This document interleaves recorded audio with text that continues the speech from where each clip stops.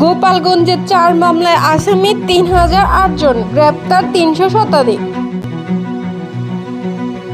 গোপালগঞ্জে জাতীয় নাগরিক পার্টির জুলাই পদযাত্রাকে ঘিরে সহিংসতায় জড়িত থাকার অভিযোগে 4টি মামলা দায়ের করা হয়েছে।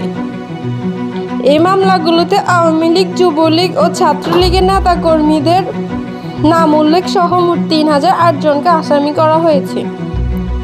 শনিবার দুপুর পর্যন্ত আইনশৃঙ্খলা বাহিনী 306 জনকে গ্রেপ্তার করেছে। সংঘর্ষে নিহতের সংখ্যা বেড়ে দাঁড়িয়েছে 11 জনে।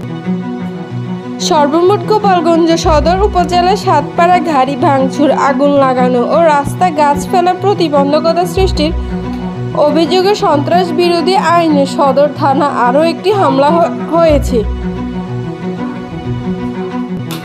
এতে 54 জনের নাম উল্লেখ সহ অজ্ঞাতনামা 350 জনকে আসামি করা হয়েছে। এই মামলা এখন পর্যন্ত 44 জনকে গ্রেপ্তার করে আদালতের কারাগারে পাঠানো হয়েছে। সদর থানার ভারপ্রাপ্ত কর্মকর্তা মীর মোহাম্মদ সাজিদুল ইসলাম বিষয়টি নিশ্চিত করেছেন। জেলায় 5টি থানা তথ্য অনুযায়ী সদর থানার নতুন 44 জন সহ মোট 92 জন, কাশিয়ানাতে 33 জন, 77 জন, মুকসুদপুরে 22 জন, 88 টঙ্গিপাড়ায় 10 জন সহ মোট 27 জন এবং কোটালীপাড়ায় 10 জন সহ 22 জনকে গ্রেপ্তার করা হয়েছে। উল্লেখ্য, গত 16 জুলাই গোপালগঞ্জে এনসিপি কর্মসূচি ঘিরে কার্যক্রমে নিষিদ্ধ ঘোষিত আওয়ামী লীগ, ছাত্রলীগের নেতাকর্মীরা হত্যাকাণ্ড চালায়।